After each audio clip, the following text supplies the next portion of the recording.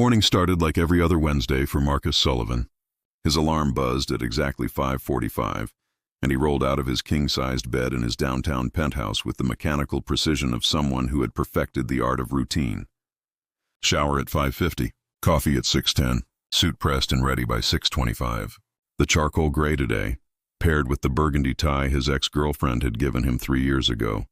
He still wore it because it matched everything, not because he remembered her with any particular fondness. By 7:15, Marcus was on the number 42 bus heading toward the financial district. He could afford a car, certainly, could afford a driver even, but there was something about the bus that felt grounding. A small connection to the regular world that his high-rise office and exclusive social circle didn't provide. He sat in his usual spot, third row from the back, right side, window seat. His phone was already open to the morning financial reports, and he scrolled through the numbers with the focus of someone for whom money had become more language than currency. The bus made its usual stops. Elderly Mrs. Chen with her shopping cart, the teenager with the headphones who never looked up from his phone, the construction worker still dusted with yesterday's drywall. Marcus knew them all by sight, knew none of them by name. That was how he preferred it. Clean, uncomplicated, separate. At the Elm Street stop, she got on. Marcus didn't look up immediately. He was reading about copper futures and the potential impact on his client's portfolio, but something made him glance toward the aisle. Maybe it was the way she paused beside his seat. Maybe it was the faint scent of jasmine that cut through the bus's usual mixture of coffee and diesel. Maybe it was simply instinct, that primal sense that tells you when someone is watching you. She was beautiful in an understated way. Auburn hair pulled back in a practical ponytail, minimal makeup, wearing scrubs that suggested she was coming from or going to a shift at one of the hospitals. There was something in her dark eyes, though, something that looked like recognition mixed with disbelief. Marcus felt a flicker of concern. Did he know her? Had he forgotten some important meeting, some social obligation? "Excuse me," she said softly, her voice barely audible over the bus's engine. "Is this seat taken?" Marcus glanced at the empty seat beside him, then at the dozen other empty seats throughout the bus. Standard protocol would be to keep his space, to gesture vaguely toward the other options. But something in her expression stopped him. She looked nervous, vulnerable, like she needed something specific from this moment. "No." "Go ahead," he heard himself say. She sat down, and Marcus went back to his phone, trying to reclaim his morning routine. But he could feel her beside him, could sense the weight of whatever was making her hands tremble slightly in her lap. 3 stops passed. 4. Marcus pretended to read the same paragraph about emerging markets 5 times. Finally, she leaned toward him, close enough that he could feel the warmth of her breath against his ear, close enough that the rest of the bus disappeared into irrelevance. "You saved my life once," she whispered. The words hit Marcus like a physical blow. His phone screen went dark as his grip loosened. He turned to look at her fully for the first time, searching her face for some clue, some memory that would make sense of what she'd just said. But there was nothing. No recognition, no context, just this woman with tears beginning to form in her eyes and a truth that seemed to mean everything to her. "I'm sorry," Marcus said carefully. "I think you might have me confused with someone else." She shook her head slowly, a sad smile crossing her face. "No confusion. 10 years ago, October 15th, the bridge over the Canyon River. It was raining. You were there. I was there. You don't remember, do you? October 15th, 10 years ago." Marcus's mind raced backward, trying to grab onto something solid. 10 years ago he would have been 24, fresh out of business school. That had been a dark time, actually. His father had just died. His mother was sick. He'd been drinking too much, sleeping too little, questioning everything about the path he'd chosen.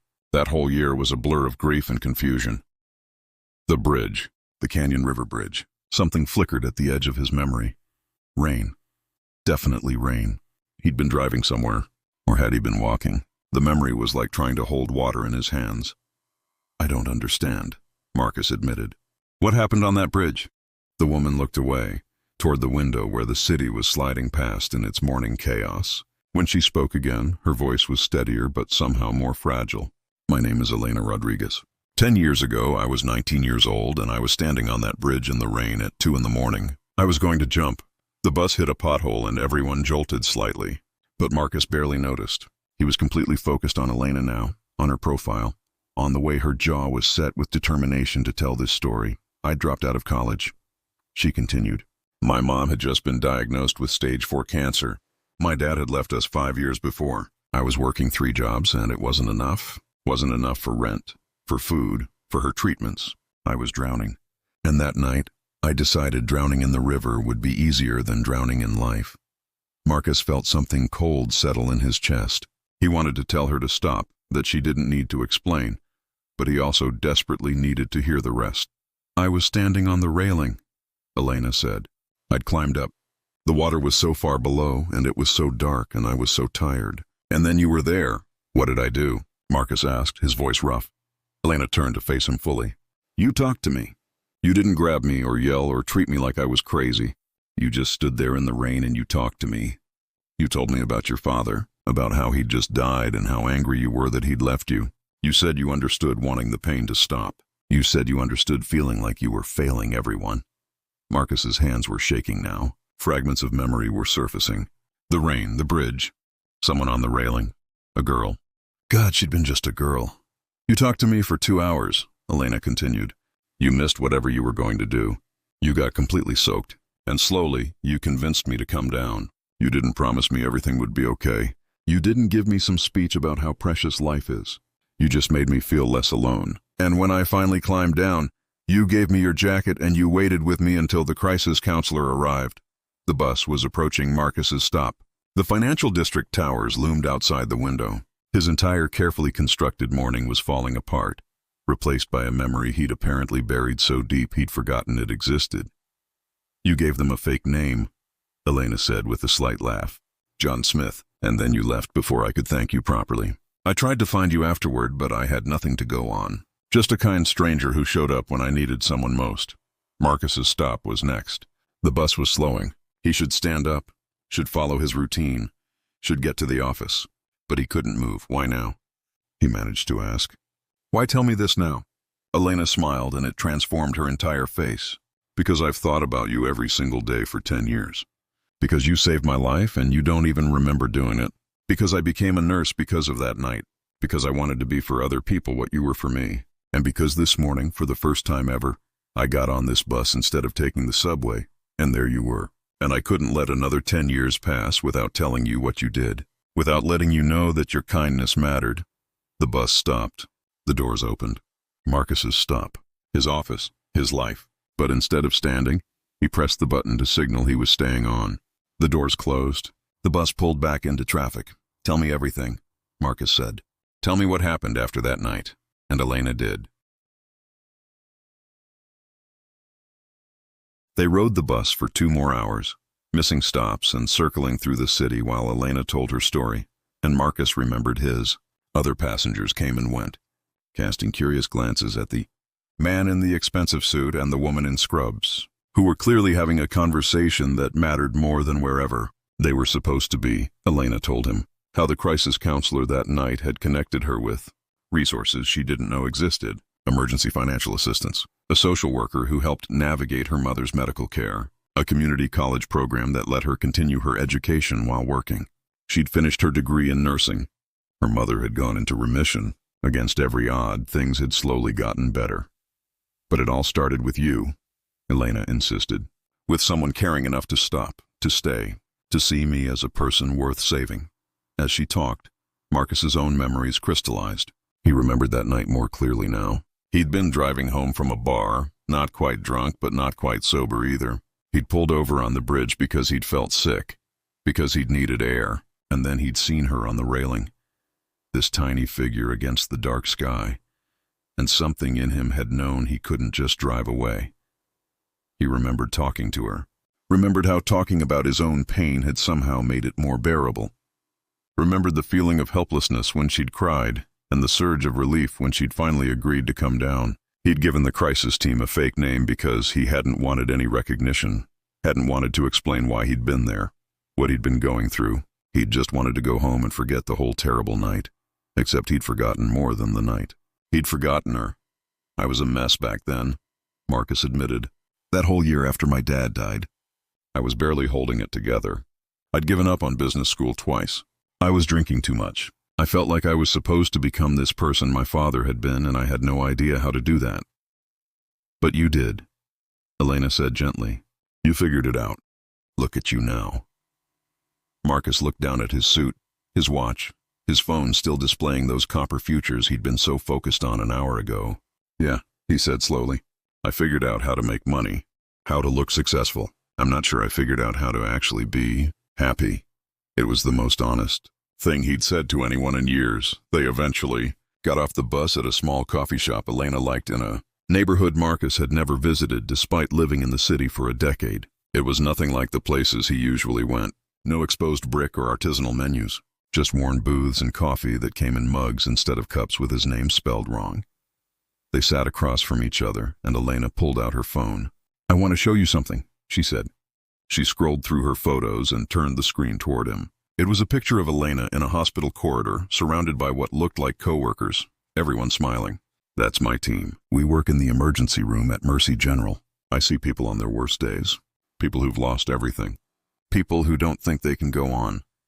She swiped to another photo. Elena, with an elderly Latina woman who shared her eyes.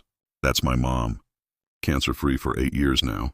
She volunteers at a women's shelter. Helps other families navigate the system. Another swipe. Elena at what looked like a graduation, wearing a cap and gown, her smile incandescent. Bachelor of Science in Nursing. Graduated top of my class. Full scholarship.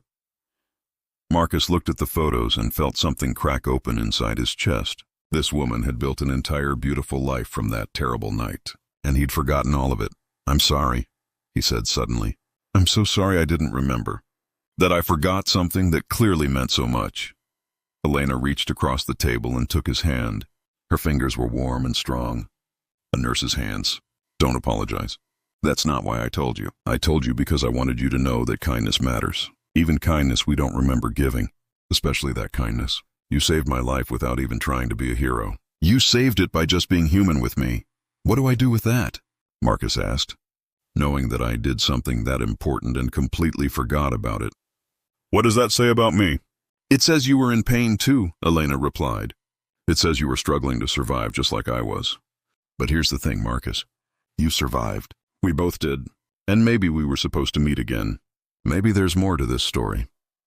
They talked until the afternoon sun started slanting through the coffee shop windows. Marcus called his office and told his assistant he was taking a sick day, something he hadn't done in 3 years. Elena was already off shift, had been heading home to sleep when she'd impulsively gotten on that bus. Marcus told her about his life now, the success that felt hollow, the relationships that never quite worked because he never quite let anyone in, the sense that he was living someone else's life, following a script his father had written. Elena listened without judgment, asking questions that made him think harder about his answers. Can I ask you something? Marcus said as the coffee shop started preparing to close. Why nursing?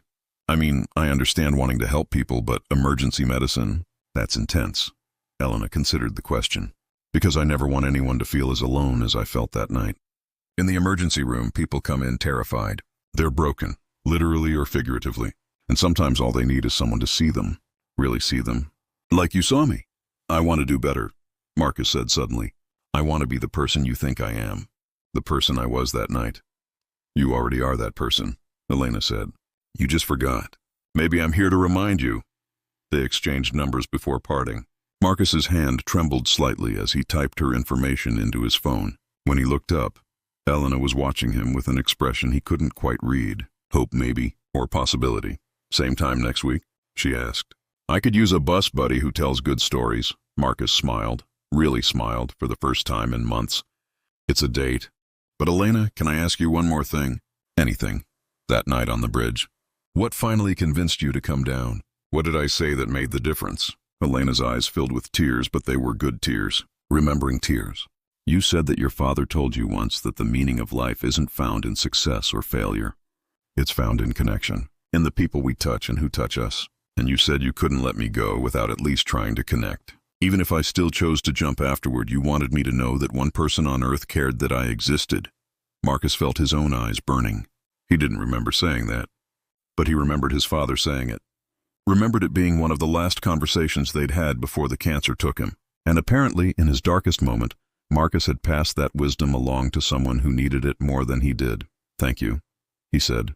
for remembering, for finding me, for giving me a chance to know what happened to you.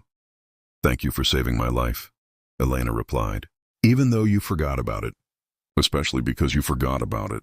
It means you helped me without expecting anything in return. That's the purest kind of kindness. They parted on the street corner as the city rushed around them. Marcus watched Elena walk away, her scrubs bright against the gray sidewalk, and he felt something he hadn't felt in years. Purpose, connection. The sense that maybe his life meant something beyond quarterly earnings and client acquisitions. That night, instead of going home to his empty penthouse, Marcus walked to the Canyon River Bridge. He stood where Elena must have stood 10 years ago, looking down at the dark water below. He tried to imagine being so desperate, so alone, that this seemed like the only option, and he made a promise to the younger version of himself, the one who'd stopped despite his own pain, the one who'd stayed. He promised to remember, to see people, to recognize that every interaction mattered. To live like connection was the point, not the distraction. When he got home, Marcus opened his laptop and drafted an email to his boss. He'd been thinking about it for months, maybe years, about leaving the investment firm, about using his skills for something that mattered, about starting a nonprofit that provided financial counseling and emergency assistance to families in crisis. He didn't send it that night, but he saved it, because Elena was right. Their story wasn't finished. It was just beginning, and sometimes the people we save end up saving us right back. Sometimes kindness circles around. Sometimes we get second chances to become who we were always meant to be. Sometimes a whisper on a bus changes everything.